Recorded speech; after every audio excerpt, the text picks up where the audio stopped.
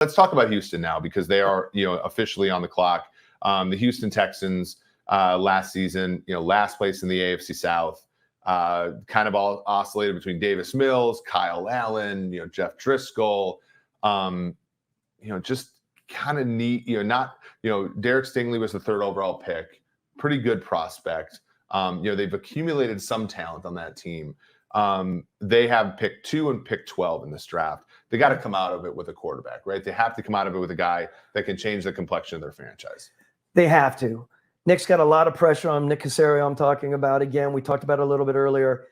I mean, I really want them to snap up a quarterback here. And I know it's not an easy situation. And God forbid this whole S2, this S2 score of 18%. It's not easy when you're in the top 5 and you, again, have to justify, because everyone's going to be talking about this S2 pick for CJ Stroud. It's one you want to bury. I'm a big believer in that. You can't listen to everyone, but you still have to deal with it, right? So that, to me, is going to be important for them. Nick has to walk away with a quarterback somewhere. Now, the idea potentially of let's think about taking a pass rusher here, and let's think about 12, right? Either waiting at 12 and see what's there as a quarterback if they start to fall a little bit, or this is a time for Nick Caserio to be aggressive, trade back up into the top 10, be in an even better spot, snap off your pass rusher and your quarterback. Yep. You walk away with 2 really big holes, filled for your first-time head coach and an owner and an organization that really needs to get itself rejuvenated. Yeah, for sure. So the thing here, and we have Houston 5.5 win total or so, 200-1 to win the Super Bowl, still in a rough spot. However, when you look at where they're building, I think D'Amico Ryan's a pretty good head coaching hire. Very solid type of approach. He was in that San Francisco paradigm. You talk about the Patriot paradigm that you were in. All those guys, Kwesi Adofo-Mensah, D'Amico Ryans, Rand Carthon, the guys are all sort of getting their shot. And D'Amico Ryans, I think, is a guy you want to bet on here.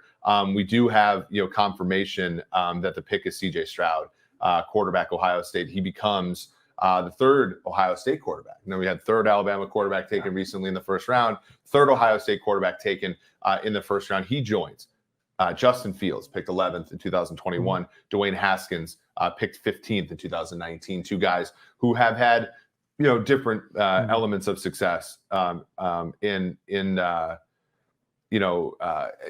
of throughout their career. But this is a good pick. I do think that he has the narrowest outcome, and so it'll be interesting to see. I want in the AFC, when we have all those great quarterbacks with all that great ceiling, if CJ Stroud ends up being kind of a Kirk Cousins type player, I do wonder what kind of success they can have.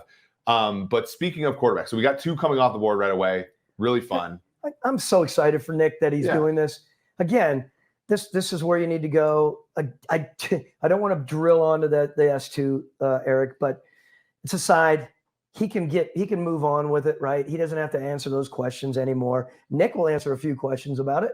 So will D'Amico, but they got a guy they can build with. I like CJ Stroud, as you know. I've liked him all the way through. I just like the polished side, the moxie, where he's going as a quarterback. I think it's really good for another organization that needs soundness and stability and a stable approach to moving forward. So I think it's a really good pick for them. And on our podcast, the Sumer Sports Show with Eric Eager and Thomas Dimitroff, which you can watch every Monday and Wednesday, we went through all the quarterbacks in the draft. CJ Stroud, second in college football last year in yards per pass attempt, 9.4. Per my former employer at PFF, 16 turnover-worthy plays, which is actually in the bottom third of college football. He had an average depth of target of 10.7 yards, adjusted completion percentage about 73. His pressure to sack ratio, which is an important variable we're going to talk about here, 14.1%, which is 41st in college football. And he had roughly 2.9 second time to throw, which was among, top 4th in college football in terms of time to throw in the pocket. So that's kind of the profile when you look at CJ Stroud. I think this guy's got this really complete package to him. That's what struck me, right? I think he has ability to stand tall in the pocket. I think he's got a nice awareness in the pocket. He's got a fluidity and a smoothness about him. I think the way that he delivers his mechanics, I am I'm all on board with that. I do like his ability to move and adjust. That's a big thing for me, right? I mentioned before with Matt Ryan, his ability to step up or the struggle to step up when there's pressure in his face is something that was a concern of mine through all of those years in Atlanta. We had to protect that way. I think it's the same way with a lot of quarterbacks out there. I like CJ Stroud's ability. Now it's a little bit different, right? We always project in college to the NFL. Very different when those guys are in your face, obviously, in the NFL. Impressive quarterbacks going off the board in Bryce Young, CJ Stroud. This is the second time in the last 3 years that we've gone. Actually, yeah, we've gone 1-2 at quarterback, which is not usually. It shows to me a little bit of resolve on the part of both teams, where the Panthers, they know that they need to get a guy. Frank Reich needs to get a guy.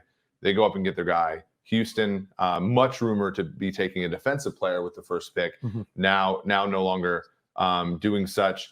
We are still right now. It's said that the Cardinals are on the clock. Oh, you're looking. The Texans are trading, and you, by the way, Thomas, you called it. Texans are trading. Oh, are the Texans trading up to 3? Is that the reports we're getting? Cardinals trade pick to Texans is what we're seeing on one of the broadcasts. So the Texans are going to pick 2 and 3. 2 and 3. That's your guy, Nick Caserio. There you go. Well, swinging the bat. Okay. Swinging the bat here. So what do we? Oh wow. Go ahead. So we're getting so that the Eagles Cardinals trade was for different picks later on in the draft. Okay. It sounds like this is the Cardinal, and this is a top 5 pick we talk about. They don't rarely get traded during the draft, but we see, and funny, Houston was the only team that knew what Houston was doing at 2, right? So it actually makes a lot of sense that they had this trade in place. But they trade Arizona Cardinals, they leapfrog their division rival Indianapolis Colts twice in the same draft. This reminds me, of course, Washington early in the Dan Snyder days had LeVar Arrington and Chris Samuel pick 2-3 early on in theirs. That ended up working out okay for Washington. Not too many times you get teams picking twice in the top 5. Oh no, look, this is a huge ballsy move. Really, really excited for Nick Caserio. Here he is, man. There's no turning back here. Bring your new cat in. Let's talk about making this right. Let's clean this up and let's move forward. No doubt about it. What they're doing to me is just full of confidence and swagger. They're going to make it happen. And again, that is not easy, but he has to get the check off from the owner, and he did. He's got the check out for the organization. Remember, you listen to Peter King through this whole thing. He raves about Nick Caserio, but he also says Nick is like a CIA guy. No one would have known this. Kudos to Nick for keeping it quiet. And that's a really good point, right? Because the betting markets for pick 2 were so wild, and the reason is no one in that building leaked anything, right? And good for them. It was until the end that we knew Stroud, and no one in the building leaked anything. The pick is Will Anderson, edge player of Alabama. 2 Alabama players picked in the top 3. Anderson, very much a Patriots kind of edge, right? He reminds me a little bit of Josh Uche, Kyle Van Noy, kind of, a little bit smaller than Adalius Thomas was, a guy that you guys had when you went undefeated with the Patriots in 2007. Okay. I like Houston Texans. Oh, no, look, I like it. I mean, they're both really good program guys. That's what they need there, right? Continue to build as Nick has done, making sure you bring in the right type of people to build with.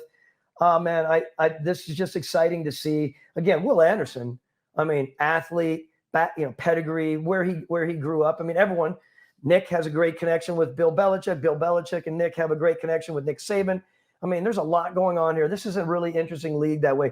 Everyone, make no mistake about it. There's back channels to figure out if these are the right people for you.